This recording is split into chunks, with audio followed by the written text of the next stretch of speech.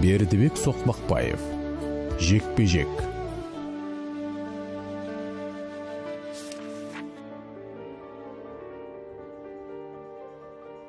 Ерінбей еңбектенген, жалықпай жаттыққан, ең бастысы арманына адал бола білген жан міндетті түрде жеңіске жетеді. Бұған дәлел жекпе-жектің басты кейіпкері 16 жасар жеткіншек Мұрат.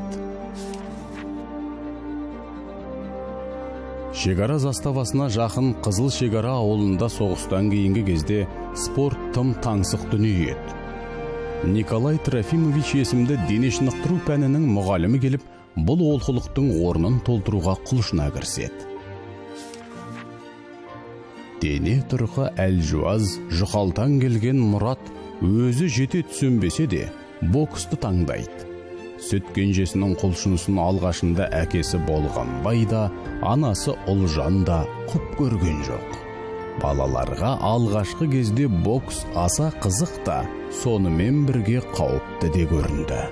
Сырт қараған адамға шоқпардың басындай боксер қолғабымен басы көзге ұрысу сұмдық сияқты еді. Жеңіс оңайлықпен уысқа түскен емес. Мұрат үшін де солай. Алғашқы аудандық жарыста оқыс қателігінің салдарынан оңбай жеңіледі. Бірақ сағы сынбайды, керісінше жаттығуын көбейтіп, алға ұмтыла түседі.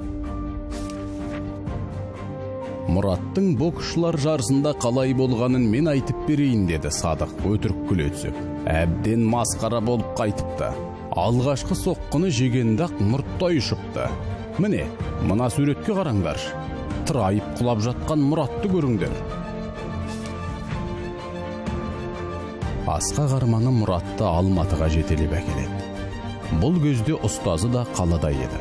Оның жеңісті жолы байрақты бәсекелерде жалғасады. Париж спорт сарайындағы ринг. Шешуші сәт. Қарсыласы америкалық өзіндей бозбала оңай алдыратын осалдан емес. Алайда Мұраттың оқыс сәтте жасаған жойқын соққысы бәрін шешіп кетті. Жеңіс! Бұл қазақтың қарапайым қара баласының ерлікке парапар жеңісі болатын.